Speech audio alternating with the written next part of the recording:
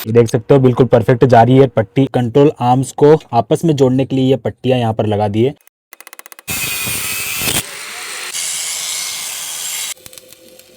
यहाँ पर हमको पूरा टायर फिक्स करना है, उसके लिए बहुत सारा सिस्टम बनाना बाकी है। यो व्हाट्स अप गाइस, मैं हूं विशाल और क्या हाल चाल आप सभी के। आई नो आप सभी बढ़िया होंगे, एकदम मजे में होंगे। दोस्तों आप लोगों को जैसे कि पता है, मैं अपने न्यू प्रोजेक्ट रिवर स्ट्राइक के ऊपर वर्क कर रहा हूं। लगभग अभी हमको 3 से 4 दिन वर्क करते हुए है हमारे प्रोजेक्ट के ऊपर, और अभी हमने कई सारे पार्ट्स भी बना लिए हैं। तो हमने अभी तक बनाए हैं 4 कंट्रोल आर्म्स और 2 स्टफ एक्सल। इसका नाम भी थोड़ा अजीब सा है तो बोलने में थोड़ा दिक्कत होता है। और साथ में कुछ ये टुकड़े काटे थे, इसका यूज क्या होगा वो भी मैंने बता दिया था आपको लास्ट वीडियो में, तो इसका भी आज हमको काम करना है। तो ये जितने भी टुकड़े दिख रहे हैं ना, इन सभी को हमको कुछ इस तरीके से घिस के राउंड करना है। देख सकते हैं ये परफेक्ट हुआ है, तो इसी तरीके का हमको इन सबको बनाना है। इनकी क्वांटिटी बहुत ज्यादा है और अभी इसके अलावा हमारे पास और भी है। इन टुकड़ों को भी हमको काटना पड़ेगा और फिर इसके जैसा बनेगा, फिर ऐसा बनेगा। सो ये बहुत ही लंबा प्रोसेस होने वाला है, इसलिए मैं इन टुकड़ों में जो बड़ी प्रॉब्लम आ रही है उसको पहले सोल्व कर लेता हूँ। बाकी इनको घिसकर राउंड करने का काम हम बाद में कर लेंगे। तो प्रॉब्लम अभी आप लोग देख सकते हो, हमने जो टुकड़ों में छेद करवाए थे उसमें हमारे लाए हुए नट घुस ही नहीं रहे हैं। तो इसमें तो ये प्रॉब्लम आ ही रही है। लेकिन हमने जो कल 4 बड़ी पट्टियों में एक साथ होल करवाए थे उनमें भी यही प्रॉब्लम आ रही है, और उनके होल को हमको कुछ इस तरीके से घिसकर बड़ा करना पड़ रहा है। तो मुझे इन छोटे टुकड़ों के होल्स को भी कुछ इसी तरीके से घिसकर बड़ा करना पड़ेगा। तो बिना देरी किए काम शुरू करते हैं। तो दोस्तों अभी इन टुकड़ों के ऊपर थोड़ा वेल्ड लगा हुआ है, तो अभी मैं इनको थोड़ा घिसकर साफ कर लेता हूं। उसके बाद में हम इसके होल्स बड़े करेंगे। अभी देख सकते हो इधर भाई 4 बड़ी पट्टियों के होल्स बड़े करने के काम में लगे हुए हैं। इन पट्टियों से कौन सा पार्ट बनेगा वो तो मैंने आपको लास्ट वीडियो में बता ही दिया था, लेकिन नहीं पता हो तो वीडियो लास्ट तक देखना, हम इसी पर वर्क करने वाले हैं। लेकिन देखो अभी इसमें नट घुसाने में बहुत ज्यादा दिक्कत आ रही है, तो यही प्रॉब्लम छोटी पट्टियों के साथ ना हो, इसलिए मैं अभी छोटी पट्टियों के होल्स बड़े करने का काम कर लेता हूं।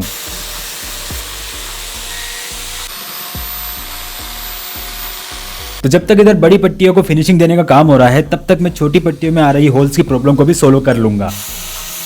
तो गाइस ये ड्रिल मशीन की मदद से इन पट्टियों के टुकड़ों के होल्स बड़े करना बहुत ही ज्यादा टाइम कंज्यूम करने वाला काम है। इसलिए मैं सोच रहा हूँ कि मुझे थोड़ा इसका उल्टा दिमाग लगाना चाहिए। तो मेरे पास पट्टियों में लगाने वाला जो बोल्ट है वो थोड़ा मोटा है, तो मैं सोच रहा हूँ क्यों ना इसे ही थोड़ा घिस कर पतला कर दिया जाए। और वैसे भी इसके थ्रेड भी अच्छे खासे उभरे हुए हैं, तो घिसने के बाद भी इनको कुछ फर्क नहीं पड़ेगा। और अभी मैंने इसे हल्का सा घिस दिया और अभी इसे पट्टी में लगाकर देख रहा हूँ, तो थोड़ा सा टाइट ही सही, लेकिन ये पट्टी में पूरी तरीके से अंदर घुस जा रहा है। तो देख सकते हो पट्टी तो इसमें स्मूथली घुसी रही है और साथ में इसमें नट कसने में भी कोई दिक्कत नहीं आ रही है। तो चलो अब मैं बिना देरी किए इन दोनों बोल्ट्स की तरफ बाकी के जो मेरे पास बोल्ट्स रखे हुए हैं उन सभी को थोड़ा थोड़ा घिसकर पतला कर देता हूँ। तो पट्टियों के छेद बड़े करने के मुकाबले में इन बोल्ट्स को घिसना थोड़ा आसान रहेगा, तो मैं फटाफट से इनको घिसता हूँ। तब तक भाई जो बड़ी पट्टियां हैं उनको भी घिसकर रेडी कर देंगे।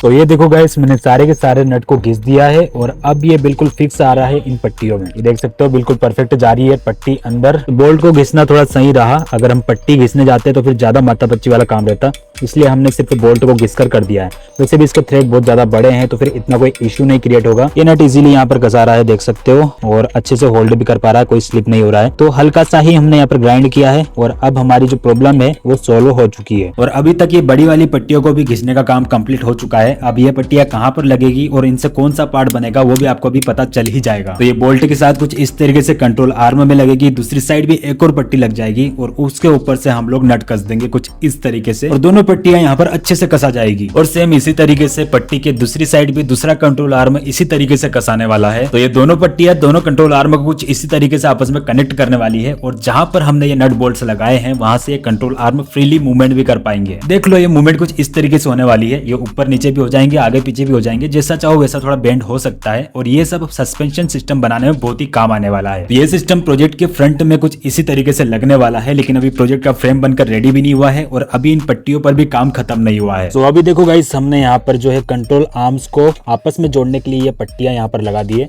अभी यहाँ पर पूरा इसका जो अलग से स्ट्रक्चर बनना बाकी है, लेकिन कुछ इसी तरीके से ये जॉइंट होंगे, इतनी डिस्टेंस पर रहेंगे और हमारा ये बीच में फ्रेम रहेगा, उसमें यहाँ पर अटैच होगा और एक हिस्सा हिस्सा ऊपर रहेगा इसी तरीके का पाइप, उसमें यहाँ पर अटैच हो जाएगा।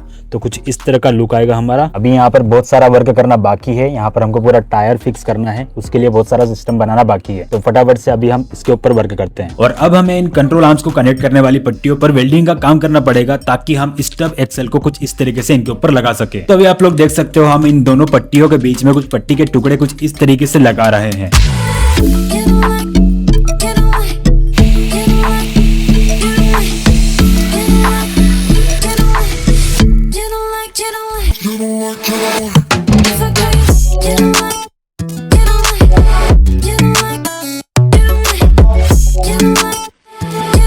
तो अभी देखो गाइस, हमने बीच में दो पट्टियों को वेल्ड कर दिया है और अभी भी इसकी मूवमेंट बहुत ही प्यारी आ रही है, देख सकते हैं कोई भी दिक्कत नहीं हो रही है।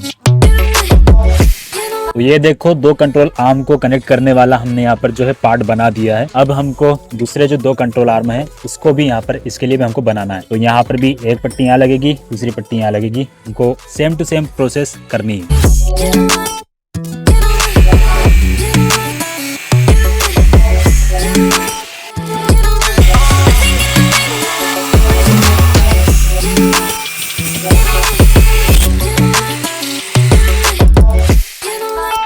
तो अभी देखो गाइस, यहाँ पर दूसरे वाले माउंट में भी मैंने पट्टियों को टुकड़े काट कर बीच में लगा दिए हैं। अब फटाफट से वेल्डिंग का काम शुरू करते हैं।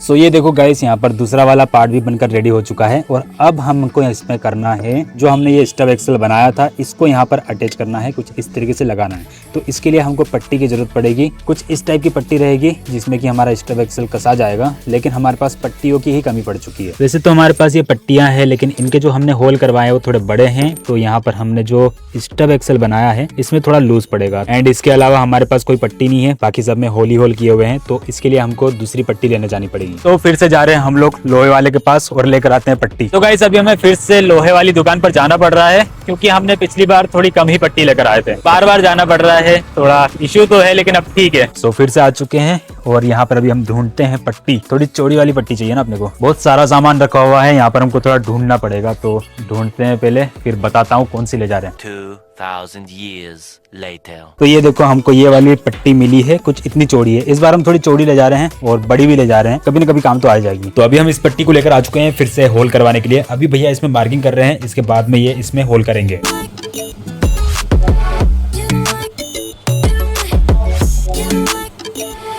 तो देखो गाइस, यहाँ पर हमने 4 होल करवा कर ले आए हैं। जो हमने पट्टी ली थी उसमें से बस इतना ही यूज आ रहा, बाकी तो ऐसी ही रखी रहेगी, बाद में कभी काम में आ जाएगी। तो अभी हम इसको काट लेते हैं मेजरमेंट के हिसाब से, उसके बाद में हमको इसका पूरा वेल्ड करके सिस्टम बनाना पड़ेगा। तो देखो, पट्टी में हमने 4 छेद करवाए थे, उस अकॉर्डिंग हमने यहाँ पर पट्टी के 4 टुकड़े भी कर लिए हैं और चारों पट्टियों को एक साथ नट के जरिए कसकर हम यहाँ पर काटा पीटी का काम कर रहे हैं। चारों को एक साथ कसकर इसलिए काट रहे हैं ताकि चारों पट्टियों का साइज और शेप एक जैसा रहे।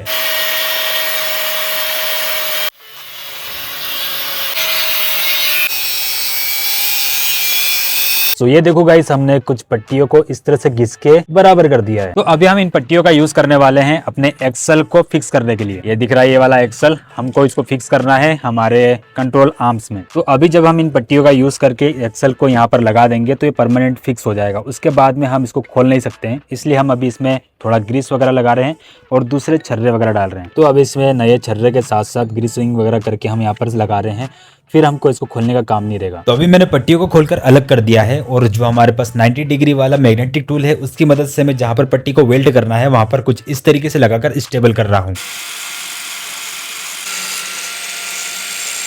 तो दोनों पार्ट पर वेल्डिंग कहां पर करना है उसका सेटअप करने के बाद अब हम वेल्डिंग का काम शुरू करते हैं।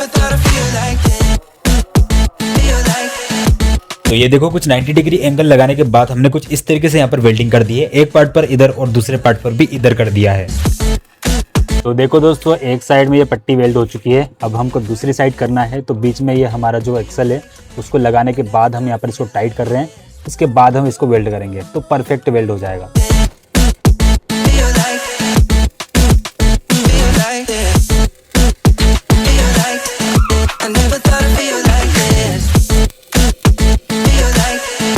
तो ये देखो गाइस, वन साइड का ये बनकर रेडी हो चुका है। इधर सारा कुछ वेल्ड हो चुका है, दोनों पट्टियां वेल्ड हो गई है और यहाँ पर जो हमारा एक्सेल है वो भी लग चुका है। अब बचा है दूसरी साइड, तो दूसरी साइड वाले को भी फटाफट से कंप्लीट करते हैं।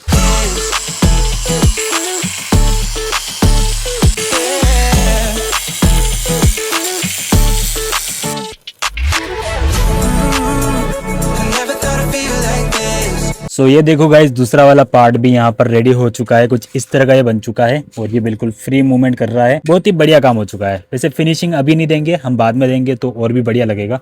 जो भी हो, बढ़िया काम हो चुका है। एक ये बन चुका है और साथ में ये भी बन चुका है। एंड अभी शाम हो चुकी है भाई, अंधेरा होने में आ गया है। तो अभी हम हमारा काम खत्म कर रहे हैं। तो बाकी का काम हम करेंगे नेक्स्ट वीडियो में, क्योंकि अभी टाइम भी हो चुका है। हम दोपहर से भिड़े थे और अभी शाम हो चुकी है। अब नेक्स्ट वीडियो में ही मिलते हैं।